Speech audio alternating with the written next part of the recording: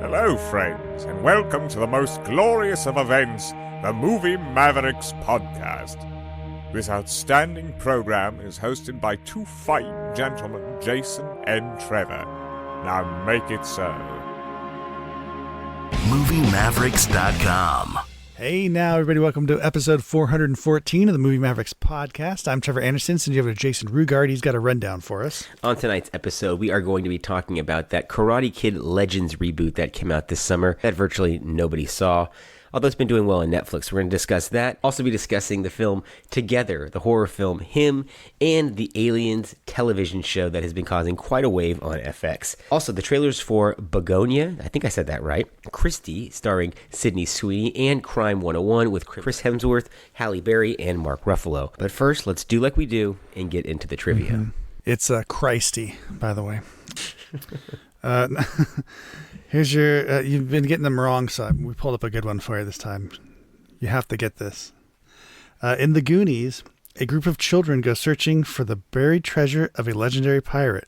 What is the name of the pirate? One-Eye Willie. Do I even need to read it? Yeah. Wow. All right, I finally feel vindicated after weeks of getting my ass kicked there. You want another one? Yeah, give me another one that I got a trivia question for you tonight. 1771. Oh, good. Now we're back over here to Guilty Pleasures. Longfellow Deeds. Yeah. What is the name of the diner hangout from Porky's where Wendy is employed? Is it Porky's? Is it Deadbeats? Is it the Snack Bar? Or is it Ralph's? Porky's is where the bad guy owns. And that's right. Yes. Yeah, so I'm going to say Ralph's. No. The Snack Bar? It is Deadbeats. Great writing there. That sounds like an 80s. I was never the comedy, biggest fan of Porky's. Were you? Me neither. I didn't like it. Were there three of them? I didn't. They're okay, and there's some good jokes in there, but overall, I always thought they were really boring. And they were always on like USA Up All Night, or Yep. I actually don't know if they were on that. Were they? I think they were. Yeah, quite often. At least the first one definitely was. Yeah. I think I've seen the third one the most, Porky's Revenge, just because. Yeah, I mean they're okay. I prefer I love the Revenge of the Nerds movies. I was just gonna say. Porky's was dying off that. when Revenge of the Nerds was starting, and that's beginning of our dawn on these kind of teenage sex roms, if you will. So yeah, I agree with you. Revenge of the Nerds is the beginning of this genre for me. We've got Bush. All right, give me one more. Question 110, right up front here. No, we don't got Bush. The icons, all right. There was only one film made under the Marilyn Monroe Productions banner. What was this film? The 7-Year Itch, The Prince and the Showgirl, Gentlemen Prefer Blondes, or The Misfits?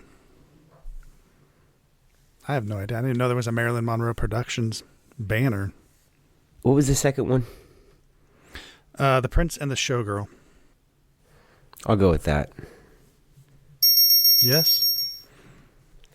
The other ones were too iconic that there's no way. Yeah, that's what I was thinking too. They were too big, right? Yeah, there's no way that she had put those together. I was looking over an actor's filmography here, and I wanted to throw this at you. There is an actor that you and I have seen a lot of over the years, and he has appeared, this is Cuba Gooding Jr., in a number of high-profile directors' films. I'm going to list 4 directors. Which one of these directors did he not appear in a film for? Okay? Did he not appear? Interesting. Did he not appear? Okay. Oh, God, this is going to be hard. He's in a shitload of stuff, isn't he? Yeah, that's what I'm saying. This is a trivia question. Yeah, he's got to be like triple digits at this point. Or, yeah, triple. Yeah, he's got to be over 100 movies. All right, go ahead. Okay, you ready? I guess. Ridley Scott. Okay. Michael Bay. Okay. Well, we know it's not Michael Bay. Wolfgang Peterson. Okay. Richard Donner. Now I'm just trying to think of fucking Jr. Stretch your mind here. And old ones too. or maybe new ones. I don't know. That's tough. I'll guess Richard Donner. I don't know. What Richard Donner movie was he in? Correct. That's the one he did not work with. Okay. I was going to say, that has to be it, right? Yeah, well done. Well done. Okay. Now, can you recall the films that he was in with the other directors? That's the bonus question. No. Well, I mean, sure, the Michael Bay is obviously Pearl Harbor. And then we have American Gangster, where he played Nicky Barnes. That's what it is. Yeah, it's the Ridley Scott, right? Right, and then Outbreak. Yeah. The Wolfgang He's Peterson. in Outbreak? He is. Him and Dustin Hoffman. A Wolfgang Peterson film. Yeah, I don't remember him being in the Outbreak. I haven't seen Outbreak since it came out. Me neither, to be honest with you. It scared the shit out of me when it came out. I did not ever want to revisit it. It was like Contagion. That was a great movie too, but never wanted to watch it again. Yeah. All right, well done. You got one. You're 1 for 1 at least. I'm fucking trailing behind here with these trivia questions. Well, I don't know. As of late, at least.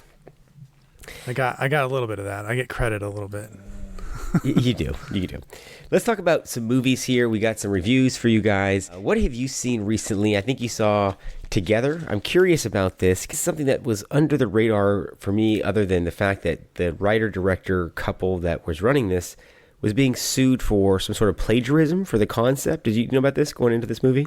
Were they? I don't know.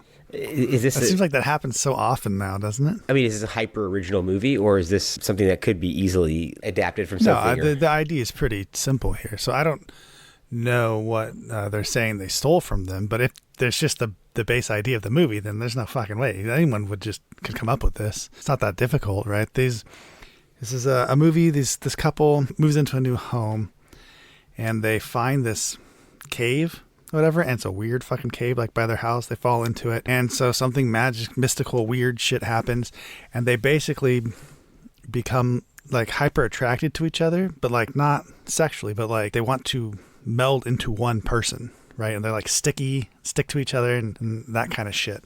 That's the movie. That's the whole movie. So I just don't think this is something that original. A lot of people could come up with that, right? Yeah, I had the same idea when I was on Molly in Hawaii with my fiance.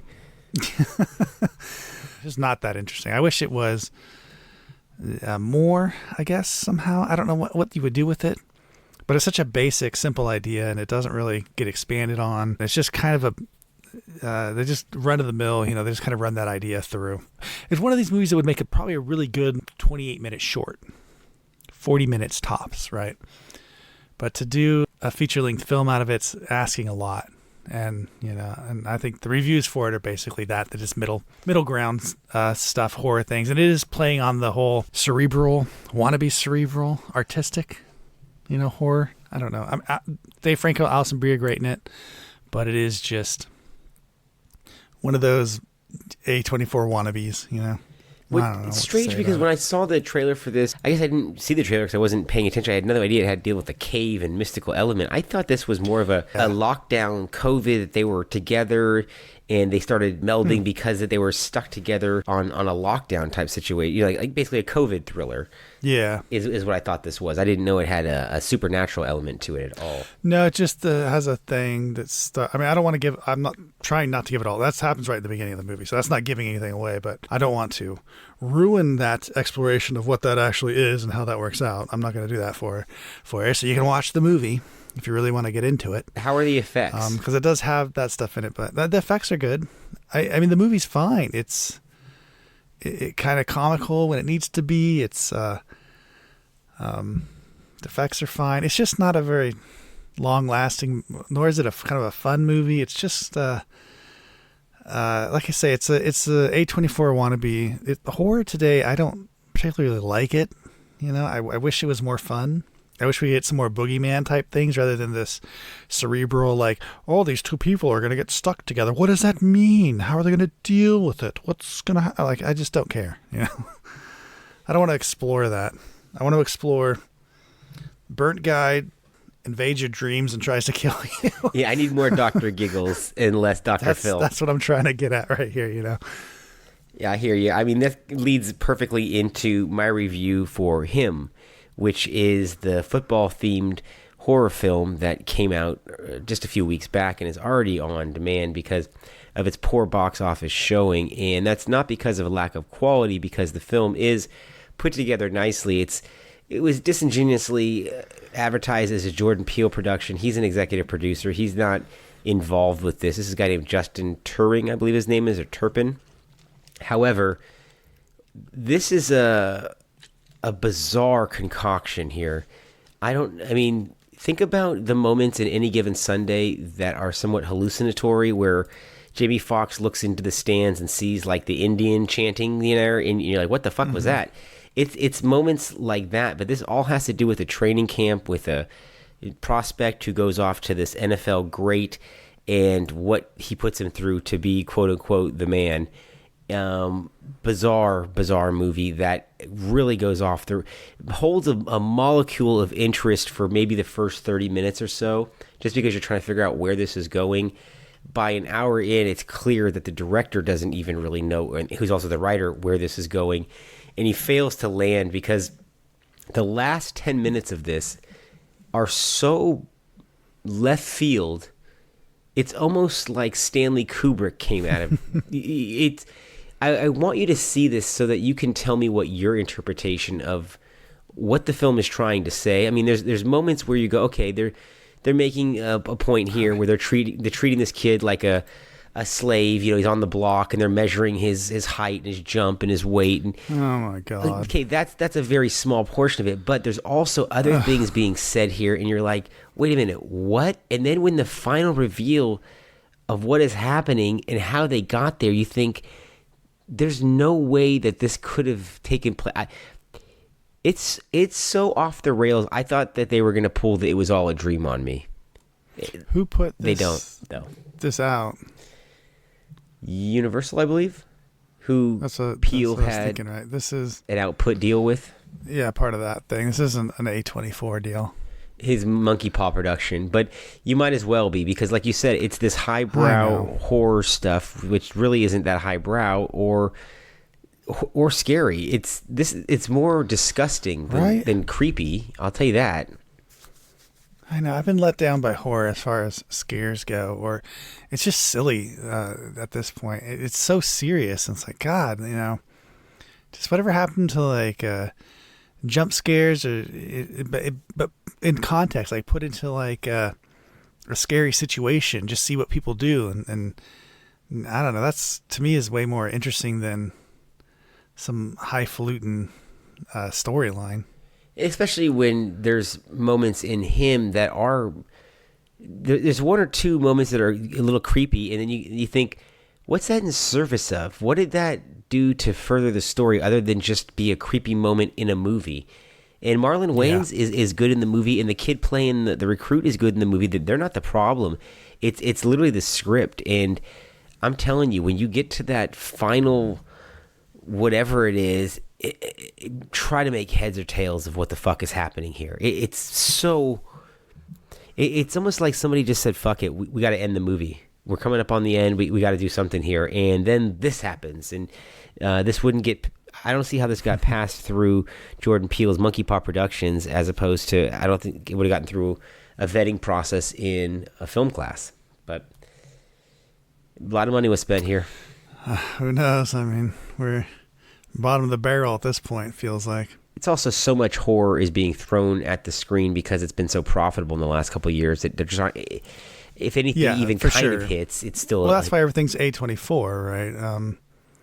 Even Blumhouse has dipped their toe into that nonsense. Everyone kind of has, but I don't know. Here's a question, though. Is it out of vogue to just enjoy a slasher film, quote unquote, in today's market? I don't know. I mean, the slasher films, at least they have been making slasher films, but I haven't liked them either, to be honest with you. They're just not I don't know. Again, they're not fun. Like, I just want a fun movie. And they try too hard, and they're kind of just dumb. Like, I don't need the reveal of like, not everything needs to be Scream, right? It doesn't have to be smart. It just doesn't have to be. It just has to be well crafted, right? Like a well crafted horror movie. It doesn't have to have an amazing story to it. It just has to have a story. Is nice, but even just putting people in situations where they're running, are they going to escape? Are they going to get out? that kind of shit. Like that's all. I'm just asking for just that at this point. But even like Hard Eyes, I don't know. It's, you know, I don't want to see people going on a first date and then we're on some other movie and then suddenly there's a slasher and it's just like, what the fuck, you know? Well, I put him too much at top of my list for the worst of the year thus far, and it's not the. Well, it has like a 5 out of 10 or whatever on IMDb, so. There's a reason it fell apart at the box People don't office like it. In its second weekend. The word got out that there is no ending here. This is just a cop-out. This is not an ending. It's just a fucking waste of your time and, unfortunately, a waste of Marlon Wayans' effort. You know, you watch this movie and you think, so much money was put into it. They worked their asses off to get in shape, and all for this? In service of this script, you know? You're like, fuck, why put the effort in? Literally a waste of effort. Speaking of, can we talk about Alien Earth? You're further in it than I am. I have to admit. Can we? I dropped off. You finished it. I dropped off after the second episode. I lost interest in it. There's Tulsa King came back out. There was other things going on with shows. I still haven't watched Tulsa King. You son of a bitch. I haven't. There's so much on. I know. I keep seeing it. I'm like, God, I need to watch that. It's 3 seasons in, you son of a bitch. Well, I mean, I've seen the first 2 seasons. Okay. I haven't seen this last season is what I meant. Fair enough. Okay. That's what I mean. I haven't watched it. We can still be friends. Last season. Okay. Okay, we've settled that then. I don't know. It's not that good of a show. I wish Tulsa King was a little better. Season 3 is very good, but go ahead. Does it get better? I mean, it's a fine show, but Alien Earth sucks. Let's be honest. There's little aliens. There's a whole hell of a lot of Earth, and it's just fucking dumb. Like, I'm tired of this shit. If you're gonna make an alien show, put aliens in it. It's not hard.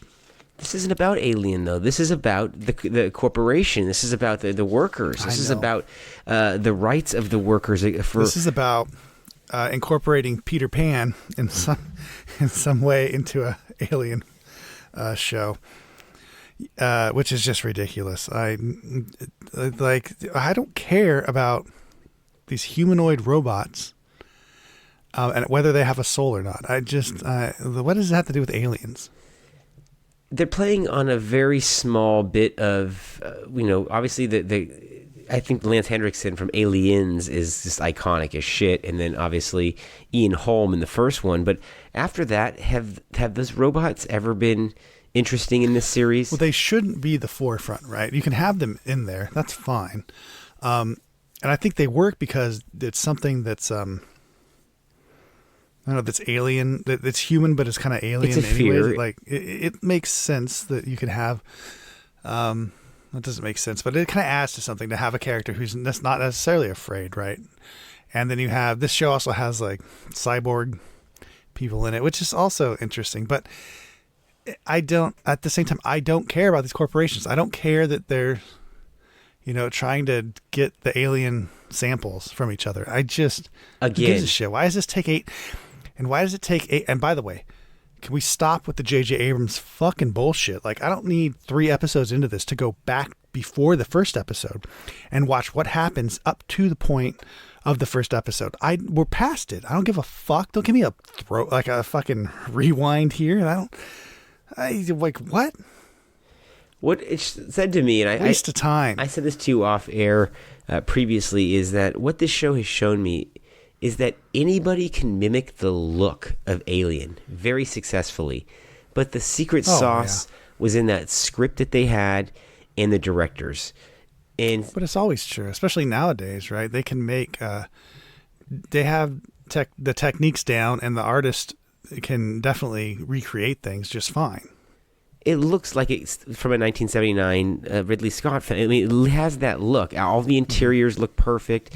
The cinematography is good.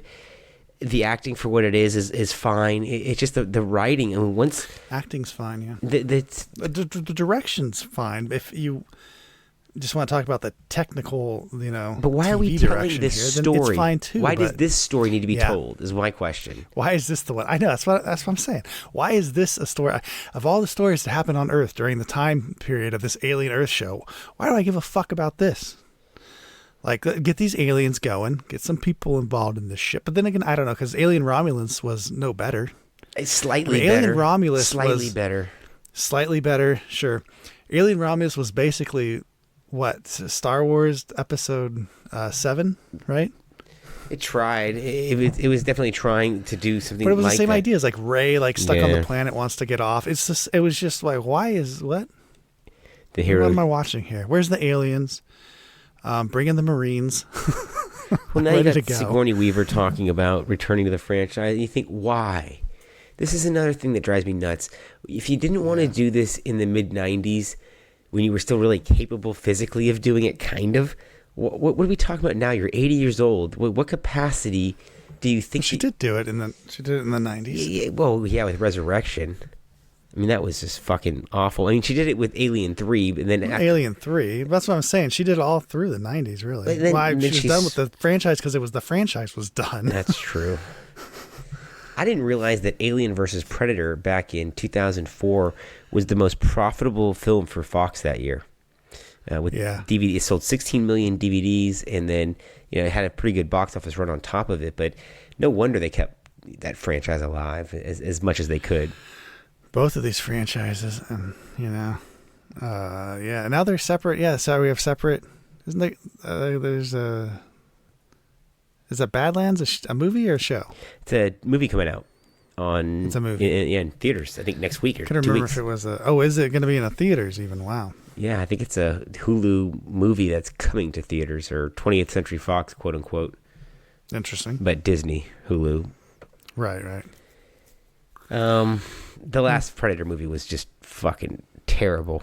No, one it before that. Very good, the Prey wasn't terrible. The one before that was terrible. It wasn't very good. It was better than the Predator. Which one was the one before? The Shane Black one. The Predator. Yes, that one was bad. With Olivia Munn. That was fucking horrible. That one's really bad. But Prey is not great either. It's okay. It was an upgrade at least. I felt like Prey feels like a streaming movie. It feels like an interesting, like, I have an idea that I'd like to explore. All right. But still, it still plays out ridiculously. I don't know. It's very girl bossy and weird in that way.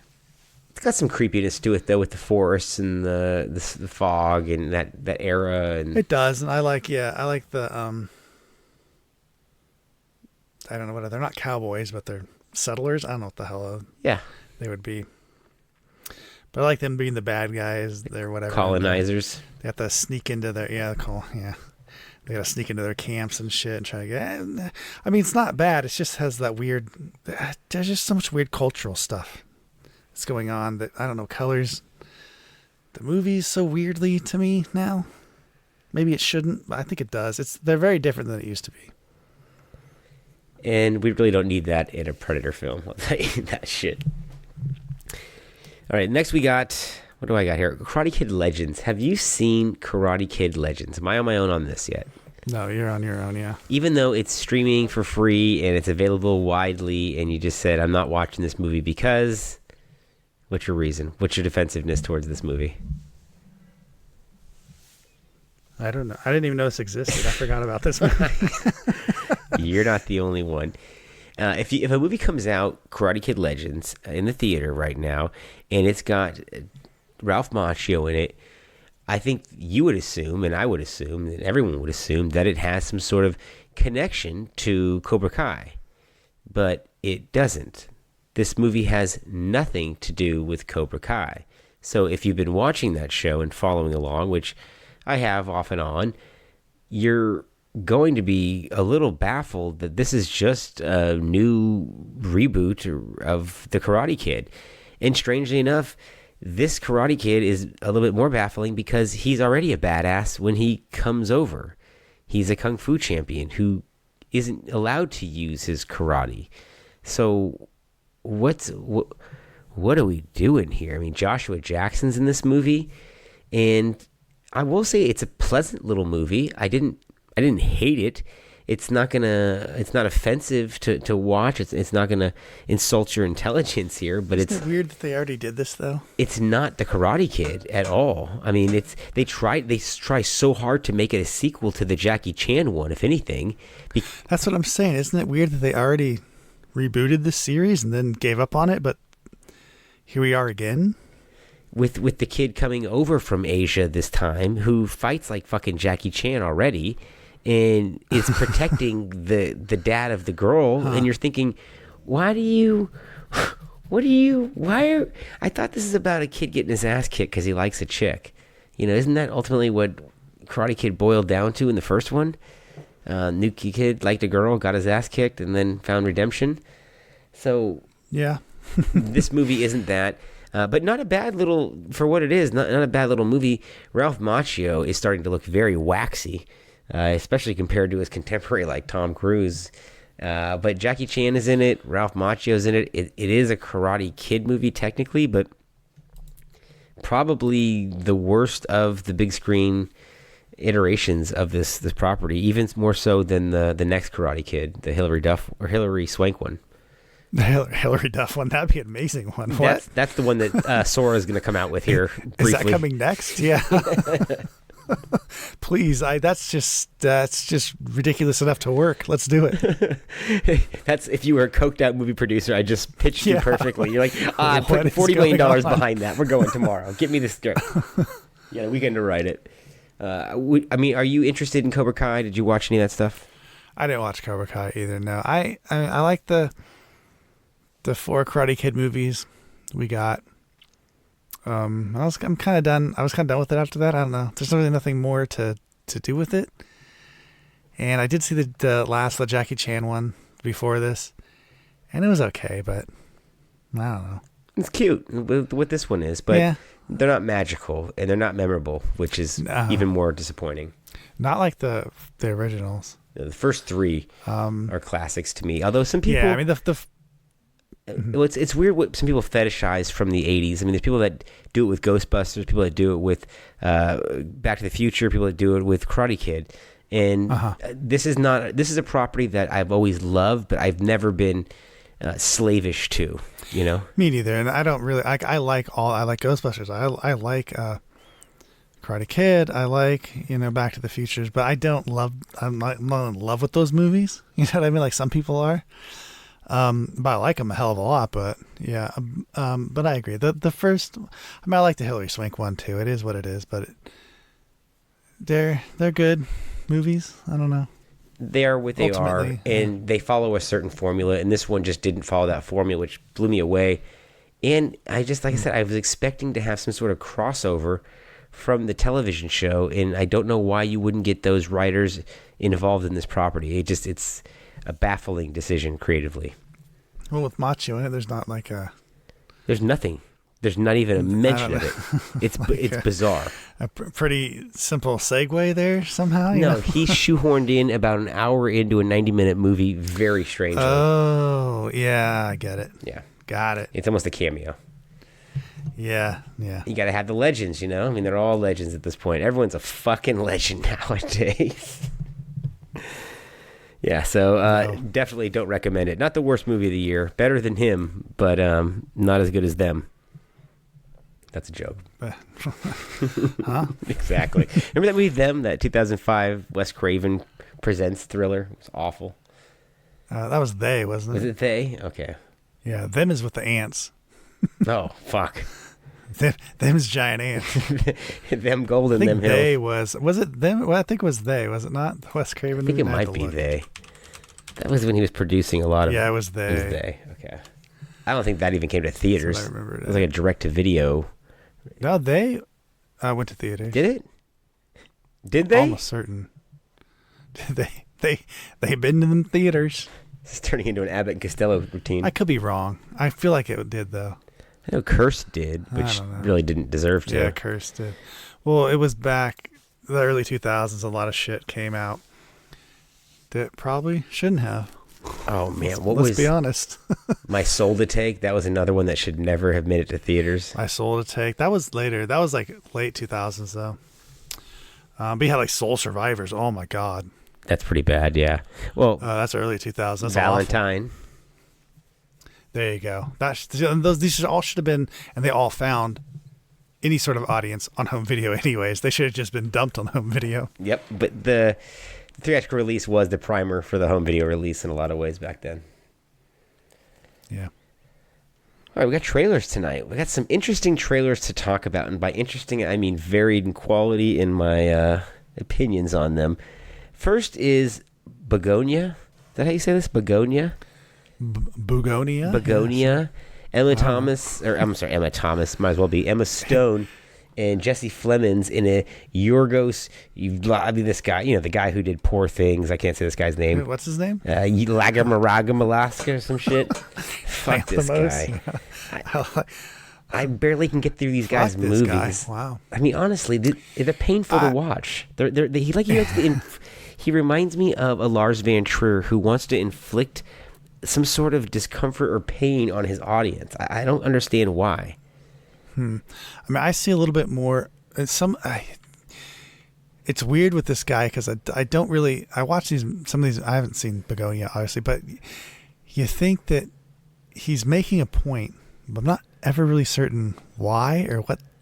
Or like, why is the point important that he's making? And it's often contradictory to what other people say the point is when they watch these movies. So I'm not sure completely about this guy, but he some of his stuff reminds me a little bit of Cronenberg-ish. Mm-hmm. Like it's just weird kind of, you're not really sure of the point, but it's not as out there as Lynch, you know? Yeah, it's good comparison. So I'm okay with that it exists. I'm just not super excited about it. And this movie as well looks, and I don't know if does this trailer give it away or, what's the only what else? What could you do with this? Either she's an alien or she's not, right? So what can you do with this? This is a story about two guys. They kidnapped this CEO, and they hold her hostage. I don't even know what their end game is. I honestly don't understand the movie. And they're convinced that she's an alien from another planet. She's an alien, yeah. And so, but the trailer, of course, is weird, and so it leads you to believe it's possible. But then that means that the only possibility is that it's not true. Otherwise, the trailer gave it away that it is true. I have a very sneaking suspicion that this is going to have a lot of commenting on the fact that nobody's looking for her because she's a female executive and nobody gives a shit. Because she makes that point that the world will stop if she goes away, and it doesn't, obviously, because she's still being held. So, well, they come. I guess the sheriff shows up. I don't know why, they always do. But she makes, there's another piece of dialogue in the trailer that she says that I think is interesting as well, where they're basically saying, we know you're an alien. She's like, I'm not, like, we don't believe you. And she says, why does it matter? And you think, what? What kind of argument is that? Are you an alien or not? Why does it matter? Well, I don't know why it matters. And quite frankly, the trailer doesn't tell me either. Why does it matter if she's an alien or not? I'm not sure. I don't know if the movie will tell you after 2 hours either. That's what I'm saying. Why is that dialogue in the trailer? Why? And I know well enough that this guy creates he's an auteur at least. These definitely are his creations. Yes. And so I don't believe he does. And I've seen a couple of his movies. He doesn't do things without purpose. So I don't know what this means or anything. But the movies are too weird, right? And I don't mean that, like, I like a lot of Cronenberg stuff. I like a lot of Lynch stuff. This guy's stuff leaves me confused, and not confused as in I don't understand the movie. Confused as why did you make the movie? It's someone, and somebody says, well, it's there for you to interpret. But I feel like, well, you didn't interpret it yourself, and now you don't fucking know what it means, so you're just like, well, that's the joy of it. Everybody can figure it out. No, it's lazy. And I felt like that with a few, Poor Things was, I thought, an exception, but some of his other films, the last one that he did was awful. But I did like The Killing of a Sacred Deer, and there have been, The Lobster was sufficiently bizarre. There are ones that I do admire begrudgingly, but this looks like it's just going to be another... just a big fucking circle to get back to where we were to make a very small point. But is he making a point? This is what I find so odd about his movies, is that he is saying something. He does make a point, but I don't understand the importance necessarily of the point. And the movie doesn't really seem to care so much. I don't know. I don't get it, I guess. Well, that's, I think, going to be the point, but I bet you these guys will all be up for Oscars come next year. For sure. for sure does feel like an Oscar-ish. Although this one, I don't know. This one doesn't feel like that so much to me. I mean, is Emma Stone working exclusively with this filmmaker now? Basically, right? This is all she does now, which, hey, look, she's in a part of her career where she's already done the mainstream stuff. She's gotten the accolades. If she wants to do this kind of stuff, now's the time because, you know, the older you get, the less likely you're going to be doing weird shit.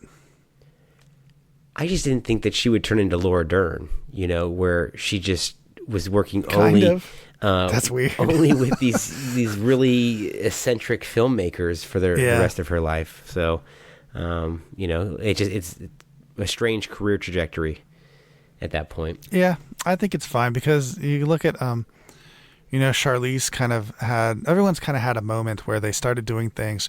They went up through normally, well, I mean, we'll talk about Christy here in a second. And if you look at her, you know, whatever her name is. Sydney Sweeney. Sydney Sweeney, and compare her to like Charlize Theron, like she's pretty much right in line with like the monster era, Charlize Theron stuff. And so obviously Emma Stone's ahead of her on that part. Like she's kind of already done this. She's done the mainstream, right? Started off with like teen comedy stuff, did the mainstream stuff, won awards, and now is at a point where I don't like what's left. Maybe weird shit, you know? At least she is pushing herself as an actress and an artist, and they seem to be rewarding her with nominations for this. So until they stop doing that, she's not going to stop. And Jesse Plemons, I mean, can he get any skinnier? Is he on the Ozempic here? He looks like he's just wasting away. My God, the guy's 50, 60 pounds lighter than he was last time I saw him on screen. I think everyone's supposed to be maybe like a sickly, look weird in this. I don't know. Alien-esque. Well, she is definitely, obviously they put something on, like powder on her, something to make her look like that, which I'm guessing is a part of, it happens in the movie. They must, you know, shave all of her hair off, bathe her, and put some powder shit on her. Makes her look more like an alien. She looked like powder. But she kind of, yeah. Well, she literally has powder on her. Like if you look at it, I think they do that in the movie, I would imagine. But they're also supposed to look like weirdos, right? The two guys. Like hillbillies or missionaries? Yeah, I can't figure it out. You know, Kaczynski's and the fucking cabins. I don't know. Yeah, you might be right. Like conspiracy theorists that we're out for. Yeah. A lot of questions to be answered when this comes out. And this is coming out this year for the award season run before the end of the year. So it qualifies for Oscar campaigns for next year. Next, we have Christy, the real-life telling of the Christy Martin story, who was the first female boxer to gain widespread fame through Don King's production, fighting on the undercards of Mike Tyson fights in the early 90s, went by the coal miner's daughter moniker, and she had a hell of a story. I saw a documentary on her years ago. ESPN did a 30 for 30 on her, and the documentary is harrowing in what she went through. Almost died at her own hands, and then the hands of her ex-husband, and just a crazy life, and who she ended up with now, and how she's happy and in love. It's a really interesting story. But the movie here, as the trailer started, I thought this looked a little cheap and a little lightweight for the subject matter. But then I realized that was Ben Foster playing the husband, and this now has got my attention. I thought that the trailer came on very good in the second half here, but this is a dark story, and I wonder how they're going to handle those really darker elements, if they're going to gloss over some of the more unsavory parts of it. Wasn't that, I think the point of the trailer was to do that, right? Was to open up, invite you in, and then show you, this isn't some picture-perfect Rocky story, you know, this is going to be, not that that's a picture-perfect story, you know, but it's not the sports, like, overcoming, I'm you know, my fear or something to be in the ring, and I've done it, you know, this is going to be a more drama, overcoming my abuser type movie is what it looks like. Yeah, that's what I mean. It's going to be a more drama, like outside of the ring. Maybe doesn't have a lot to do with boxing because, hey, it's actually the life story of this lady. So I think it's going to be similar to What's Love Got to Do with It, the Tina Turner biopic, which wasn't really about her singing as much as it was her getting out of that relationship. Well, biopics usually aren't about the thing that the people do. It's usually about, I don't want to say behind the scenes, but it's usually just a drama about them, right? Isn't it usually almost always? What did you think about her in the trailer? Did you buy her as the Christy Martin? I always think that she really can't act. I just think that. I'm sorry, I can't help it. She doesn't feel true to me. I don't know what it is. But I don't know. I still like her. I gotta agree with you. I watched the movie too, but I thought the same. Like when I said, I just was feeling like, oh, this was like a high school production of this or something. And she doesn't. Then when Ben Foster is acting, you think, my God, he's registering everything is real. Yeah, she just doesn't feel like she's. It's not like I don't want to say that she feels like she's not in the moment. No, she's not. It's what it is. No, it's not. You're right. Nah, she feels like she's not reading the scene. It comes off that way. There are people who, when they act, like me, for instance, if I were to act, I'm not. I could be in the moment, but the way some people are, it just doesn't. It doesn't come off as it doesn't come off as natural, and you just don't buy it. You just don't believe that what they're saying, what they're doing is real, even though they're acting their ass off. It's just who they are, and she is just that to me. Everything I've ever seen her in, it's a little too self-conscious. I like her. I think she's working her ass off on it. I don't think she is though. But I agree with you. It feels like that, right? It's the tone. It's her voice, like the way her voice sounds, and I don't know. Just that's almost exactly what it is. If I just close my eyes and listen to her voice, be like, God, it just it doesn't work for me. I don't know. I feel bad saying that because I think she's smart, at least in her career choices and what she's set herself up for. But I kind of feel like she's just not going to go the way of a Charlize Theron or who else? Harley Quinn. Who am I talking about? Margot Robbie. Margot Robbie, right? She just doesn't have that. She just doesn't. Well, there's something about, like you said, when she's acting in these scenes, it's her. I see her. Yes. Yeah. She's not convincing me it's not her, and I like to look at her. But in this movie, I don't think that it's going to be the Oscar contender that they're hoping it's going to be. And like I said, this is going to be a brutal fucking movie if it stays true to the actual story. So its box office prospects are very, very narrow, as far as I'm concerned. All right, what do we got next here? What's the last one on our show tonight here?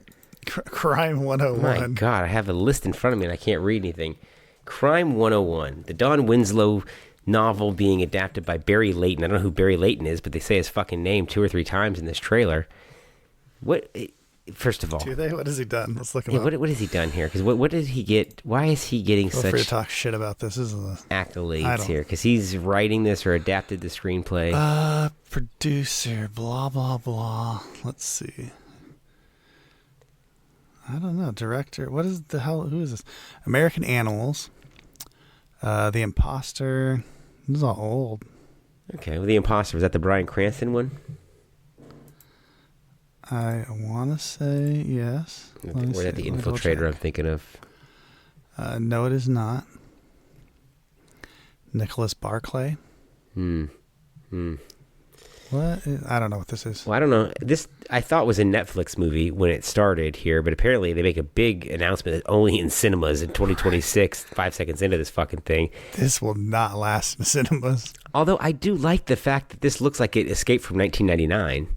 I mean, this is like a old school police procedural that... I know. Well, yeah, this is for old people. I mean, fine. For sure this is a geezer pleaser. This would have had Brad Pitt and Halle Berry in it 25 years ago, and now it just has Chris Hemsworth and Halle Berry in it. Yeah, I know. I don't know. This feels stupid to me. I just don't even... I'm not even interested at all in this. I like the way it's shot. I agree with you. I like the idea. I like the look of it, the idea of it. But as I watch the story unfold, I just think, God, this is boring as shit. Really? We're gonna steal some jewels from someone who has jewels in a briefcase? That's the fucking movie? I like that Nick Nolte's, face is in it for 2 seconds. He's doing something.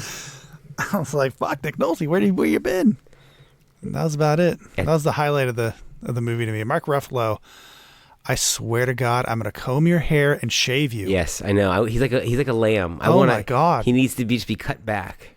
He looks like a bum on everything he's in. It's almost getting clown proportions with that together. hair. I know, exactly. Somebody get him to put yourself together, sir. Did you just wake up and get to set? I mean, fuck. As it looks like, right? But the movie itself, like I said, it looks like a mediocre police procedural from the mid 90s, and that sparked my interest because it's something that you don't particularly see nowadays here. Maybe in the Thomas Crown Affair reference, and that was a little cute moment in the trailer there. But when I hear moments like that, that's a screenwriter. That's not an average person is going to be referencing a 65-year-old movie nowadays. You know, that's a little screenwriter thing there. It's like at a Swordfish or something. But this is obvious. This is clearly for older males. You know, so. Well, then put Jason Statham in it, not fucking works. Chris Hemsworth. But doesn't it feel a little... Been there, done that? This feels like a little bit of a Fincher wannabe movie. Like, there are shots in this sometimes. I just think, God, this... I didn't watch that Netflix Fincher thing, but the motorcycle shit, I'm like, I've seen this before. I was watching City Hall recently. Have you ever seen that movie? The Al Pacino, John Cusack movie? I've been on a run of 1990s, like Sidney Lumet, Al Pacino type deals. All right. Yeah, but those, I feel like those have better stories than this. Oh, well, just from the trailer, I can tell you that that's the case. But it did give me that vibe of that dreary city. You know, there's crime around every corner, and there's got to watch out, and you got to make your moves quick. And so that's because, can they even cinematography wise fuck up a movie at this point? Is that even possible? No, because everything looks good. I would argue that these are already fucked up because they're just basic. Everything just looks like a TV. Like, nothing's really blocked to any degree with the story or anything. They're just kind of shot, but it all looks super slick, super professional. Like, I don't know. It isn't even... But none of it looks like the Masters did it. No, but I'll say this, blocking-wise, I watched an episode of Magnum P.I. the other day, randomly, and the blocking in that scene that I watched was better than most of the shit that I've seen recently. It was fucking embarrassing. It's kind of sad. It honestly is. The way that movies look today is just... technically, it's kind of pathetic. I mean, it's fine but they all look the same. Like, there's no low, there's no high. They're just literally mid-level bullshit, you know? Well, when you see something that does look spectacular, it grabs your attention. When you see like an F1 and you how much photography work was put into that, that's why you can appreciate that. Whereas you go to the movie and you see something, typically, and you go like an Avengers movie or a Marvel movie, and it just exists. You know, everything is done, altered so digitally on a Da Vinci board or whatever it is that nothing means nothing. So everything can be manipulated. I know they can do that on F1 too, but they captured a lot in camera with that movie. Not to harp on F1, but... Yeah, I mean, I can't remember his name now. Was it Claudio Fioro was the DP on there? Is that who it is? I mean, the whole... I don't know. I still feel like there's some directors even out there. There's some crew. There's some people who still exist, who still make movies. Like they understand the art of... They speak the cinematic language. I'll put it that way. I think it's the easiest way to say it. Rather than just people who know where to stand, know where to put the camera. No, just because they've been on it for so long. Like, that's why everything feels like if you ever watch TV shows, pilot episode, they'll do something. They'll usually bring in a big director to set the stage for everything, and then they'll just use that as a blueprint to recreate that and stamp further down the line of all the episodes. And by the time you get into like season 2, season 3, season 4, you don't even need a director anymore. Everyone knows how to do it. They know exactly what to do. And it feels like, for movie-wise, that just kind of happened industry-wide. I don't know, for every movie. It's so weird to me. Yeah, what you're saying is basically there's a house style on a television show, and that's what they're doing now in movies. They're bringing like a house style to it. Like Netflix has a style, and everything looks a certain way. Yeah. Well, It used to be. I mean, it used to be per show. It didn't even used to be that bad, right? It used to be per show, like I say, and it's not even per show anymore. I don't even know. They usually don't even bring in big directors anymore for something. Or in fact, big directors will just do the whole show, I guess, at this point. Because what's the difference between a theatrical release and a streaming release? Nothing. Well, also 8 episodes versus 22. You know, an old. Right. You're just making long movies. Which at this point should be cut down to cutting them fucking up. A regular movie, which because also fucks up. Yeah, it just fucks up the whole cadence of the story. You know, it's starting to insert things that just don't need to be there. You're taking a movie that should be 2.5 hours long, and you're making it I don't know, like 8 hours long. It's just too much. Which is when you get an episode like you did with the 4th of Alien Earth, where they're flashing back to the beginning of the first episode and shit like that. Yeah, it's just an insert nonsense episode that just doesn't do anything. I'm already, like, I as an audience am way past this shit. Like, I've seen this, you know. I don't need the pre-story to this. If you wanted to do that, you should have really just put that at the beginning instead of trying to do this J.J. Abrams where it bounces around as if there's some storyline here. No, it's not. It's just out of order, bro. And people You're not fooling anybody. People will stick with a show through episodes like that too, but yet will not go see a 2.5 hour fucking movie because it's too long, you know. And you're like, you just watched 3 filler episodes of some stupid fucking show. What's the difference?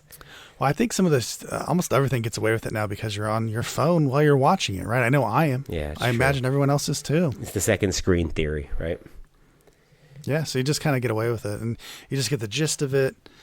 If something really cool is happening, then you're watching. Otherwise, you're just kind of, whatever. And I don't know. They get away with it now, I guess. Well, we had a pretty downbeat episode here on what we saw this week, unfortunately. After a couple of weeks of some okay stuff, this was a really downbeat one. I mean, I did not like Karate Kid at all. I think him is one of the worst of the year. You say Together is just okay, and we're both negative on Alien Earth here.